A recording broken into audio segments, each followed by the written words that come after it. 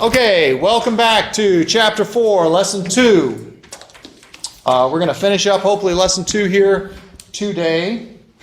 And everybody should have their books open to page 287. Elements of a map. One of the questions I asked you guys previously, if you don't know, I actually went over the maps yesterday, didn't we? If we don't know what something means on a map, where should you look? Legend. Give me air 5. Yay. You're awake this morning, Cody. Yay. All right. No offense. This is Friday, right? All right. So yes, is the legend. And down there on the bottom of page 287 is your legend.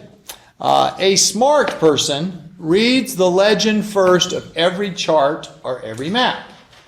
The person who wants to cause more time, be inefficient and take his time, goes and tries to guess everything. But if you read the legend, one of the first things you learn, especially on contour or topographical maps. Has anybody here done orienteering with me? Raise your hand.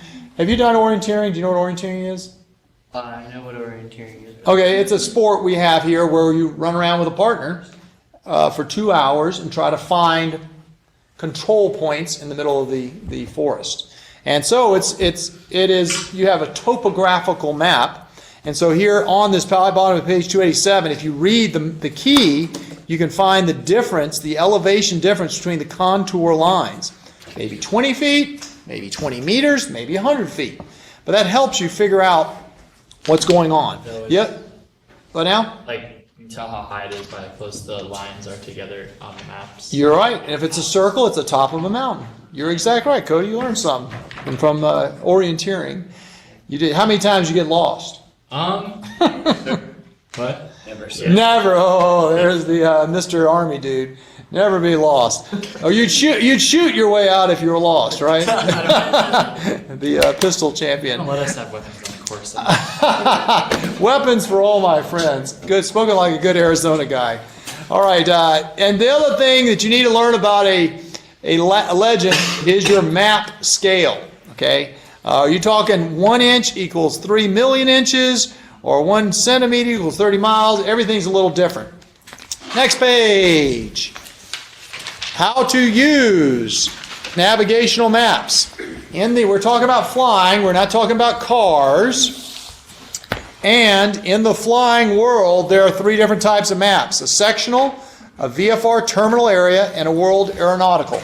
There's actually more, but these are the ones we're talking about in the chart world. This chart we have right here. What? Did anybody read the legend yesterday? What kind of chart is this over here? An area. Look at the chart there on the page 289. Does that look familiar? Sectional chart. Ding, ding, ding, ding. Good job, Air 5. Good job. So that was a sectional map that you had in your hands just yesterday. And that will be part of your 4th quarter playing around like you're a pilot and doing fun things with these charts. If you know how to read the charts, you never get lost. You know, by the way, you can not get violated and fly in the wrong airspace. But this is a sectional chart. And again, every Cessna, every non-military person has one. A lot of times they may be electronic on iPads nowadays or on your computers. But basically these sectional charts determine the airspace that you fly in. And I think it was it Cody or one of you guys asked about the actual white part of the charts here? Who is it? Melissa. Okay, right here. We were saying, hey, what did we say? This little white chart that surrounds. It's a blown up. It's a blown up view of the Sky Harbor. Exactly, of Phoenix. It's pretty complicated down there. Actually, it is complicated. But what is neat about Phoenix is the runways run exactly east and west. So if the runways are running east and west, this is actually pretty cool. I did not know this until I moved. The runways are running just like this. So then where, if you're a Cessna, are you perfectly safe? Phoenix. Okay, but this is the airport. Oh. And here comes the big planes coming in here. Here come the big planes taking off. Where are you perfectly safe as a Cessna? Between them. Between where? Between the craft. Between here like this? If I want to fly over the airport, how can I fly over the airport perfectly safe? North. Yes? North or south? basically right over the airport. Because again, the big planes are on the ground at the airport. And so this is actually, right out of your book, this is called a VFR Terminal Area Chart. And so I have one, I'll let you guys see it, I should actually push it up here. But it's pretty cool, it blows up Phoenix, and it has a VFR, Visual Flight Rules, looking out at the ground, where you can fly straight over the airport. Because how many big planes are in the air over an airport? A lot. Like 7. Over the airport, they're on the ground. They're taking on customers. So I'm saying, yes, it's dangerous to fly over here. Yes, it's dangerous to fly over here, but you can fly VFR, Visual Flight Rules, right 1,000 feet right over the airport. And you go, wow, that is pretty cool. I don't know if the other big planes, maybe that's the same way as in Chicago or New York, but in Phoenix, there's a lot of traffic. To go from Prescott, by the way, Prescott's the 3rd busiest airport in Arizona because of Embry-Riddle. To go from here down to Tucson, come up to Flagstaff, go to the Grand Canyon. There's a lot of people flying other than the big airplanes in Arizona. But I thought that was pretty cool. So that's what this VFR Terminal Area Chart will show you, is that you can fly straight over the airport. Very, very cool. Alrighty, here's another thing that I will teach you. On your picture, do I have the picture up here behind me? What are all those weird colors? Oh. What are all those weird colors? First of all, where would you find out what those weird colors mean? Legend. and hold on, Leslie. The other thing that you have to memorize for my class is, Cody, why does the wind blow? Oh, because of the uneven surfaces. Heating. Hold on. Why does the wind blow? Okay, you learned 2 things from me in 4 years. That's great. All right. The bottom line, guys, these colorings on these sectional charts, and actually you can see some of the colorings here, even around different airports, Prescott airports. Those colorings delineate special use airspace and restrictions on when you fly visual or instruments, or in this situation, let's see, this is a picture of Albany, New York, right? Did I read that right? Yeah, New York is a sectional. See over there on the legend. Albany. And it says Albany. And so those lines mean that you must have restrictions going into those lines when you're flying with the planes. Alrighty. This is on page 290. The infamous up-down side birthday cake. Upside down birthday cake. Remember I told you that above flight level 180, how high is flight level 180? Well, 1,800. Yes, exactly. So above that, they have a special airspace. It is Class A airspace. That means you cannot fly up there without a identified friend or foe. It's a blinker, so that you can't fly up there without talking to somebody. It's controlled. It's as it says. It's a Class A airspace.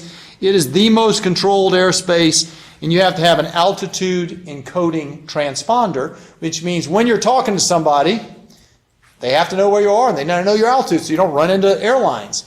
Down below the Class A airspace, you can see they surround increasingly larger airports.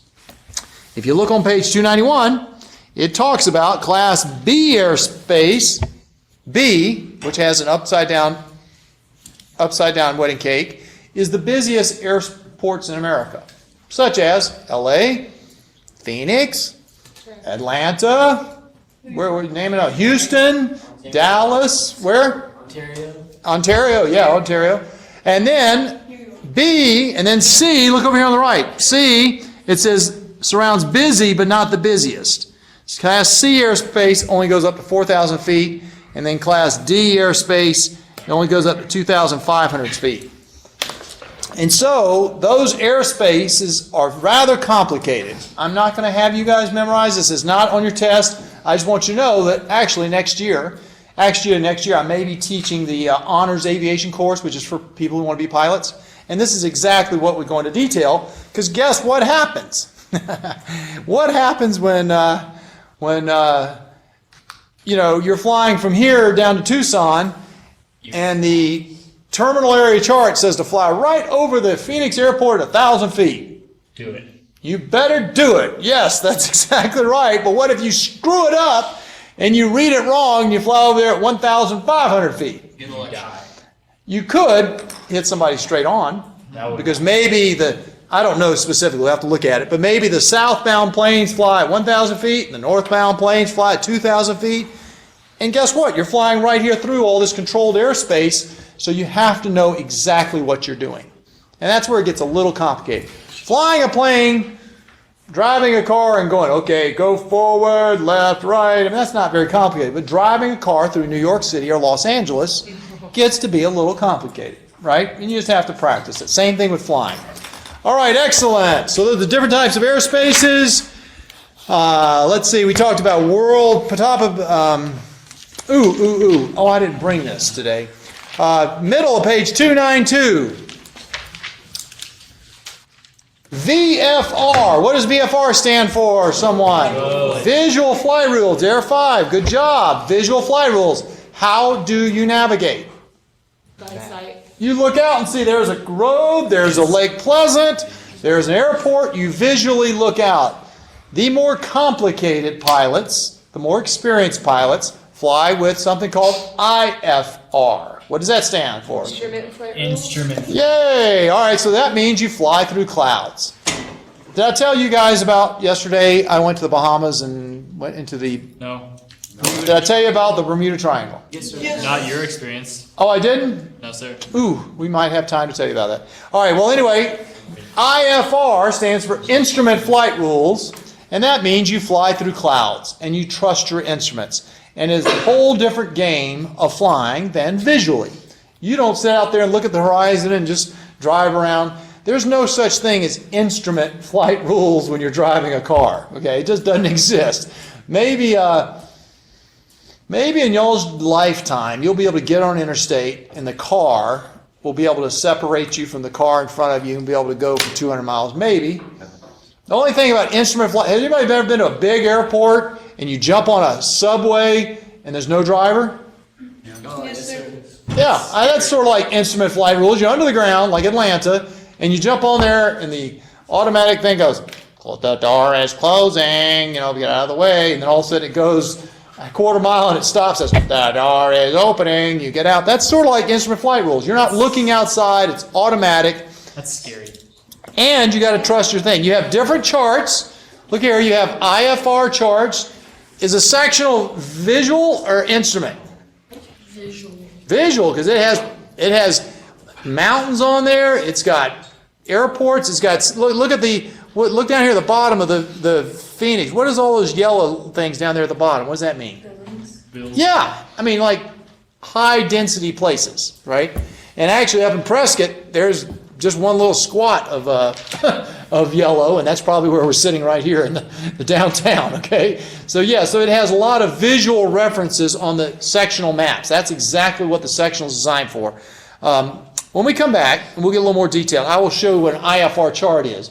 It is essentially white, because nothing's visual, and they got lines on it. And the lines are the highways in the sky that you follow with your instruments. And that's what all the airlines are doing. That's what all the people, because it's very precise. Very precise. You don't screw that up. Okay. And we come over here to airport information, page 293. When you're flying, you have to know where you're going to. And a lot of times, one of the most fun things in flying is going to a place you've never been to. I have flown to most of the airports in Arizona, not all of them, I'd say 2/3 of them. But like, for instance, Monument Valley. Up in Monument Valley has got a very cool airport that is barely over into Utah. And you can land right in front of all these monuments that are so famous and gorgeous. You actually look up all the information for each airport on these charts. Nowadays it's online, but it's also in books. And you have a description of the runway. You have where a control tower is. This A5 here on the top right there of the airport picture, that determines the actual lights that are there. So in your mind you can find, okay, are there 2 lights? Are there 4 lights? How it all works. You have all the frequencies. That's basically, other than winds, remember I told you if you don't worry about the winds, you'll screw up. if you do not do your homework and don't have the right frequency to talk to somebody on the radio, you're going to go beaming through Phoenix going, oh, I don't know where I am, and nobody's talking to you. You're going to get in trouble. What happens when you're drinking and driving and you get caught? What could happen to you? Your license will be suspended. Is driving in a car part of your constitutional privileges guaranteed by the American Constitution? No.